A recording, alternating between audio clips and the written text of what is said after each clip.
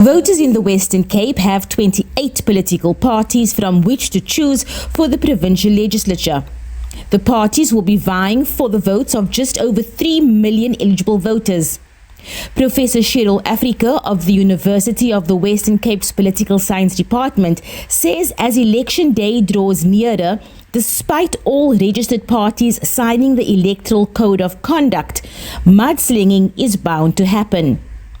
Do not do this. We need an environment of tolerance where people can hear what the political parties are saying.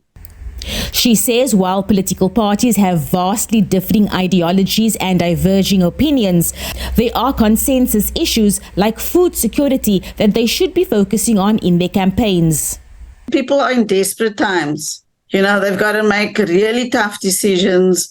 It's as bad as a decision between, do I get food on the table or do I spend money on transport to get to work? And those are decisions that no person, it's untenable, which is why I'm saying that food security, I'm not saying the other issues are not important. They're all critically important. They're intersecting. It's some simultaneous issues.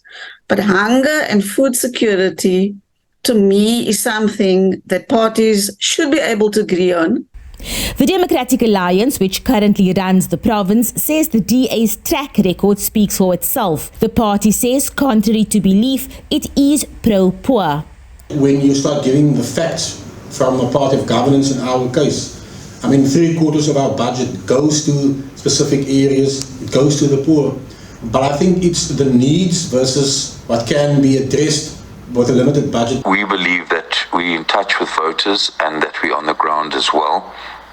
I think the ANC as a non-racial party is seeking to convince all communities in the Western Cape, Black African communities, the coloured community, and also put out a message, a very clear message to the white community that actually the Western Cape would be a better place for all, in particular the historically disadvantaged communities, and that by not going out on an antagonistic fighting approach to the national government, an ANC-led provincial government in the Western Cape would seek cooperation, seek cooperative governance, work with the district development model, ensure that national programs around skills development, land reform, land redistribution actually reach people in the Western Cape across the colour line. We are very optimistic about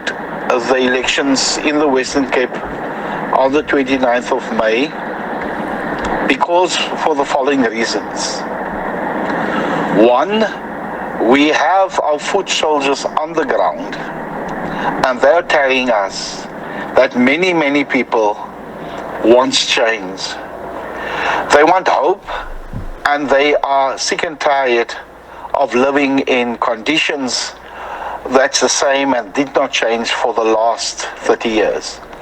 So we believe as the SDP we can make a dent and get some of the votes from the DA, from the ANC, because as a Christian party we appeal to all voters and people are really looking for godly governance. Africa says that instead of attacking opposing parties in their campaigns, politicians in all parties should be looking at their own behavior, performance, decision-making, and how that influences voters. Abra Barbia, SABC News, Parliament.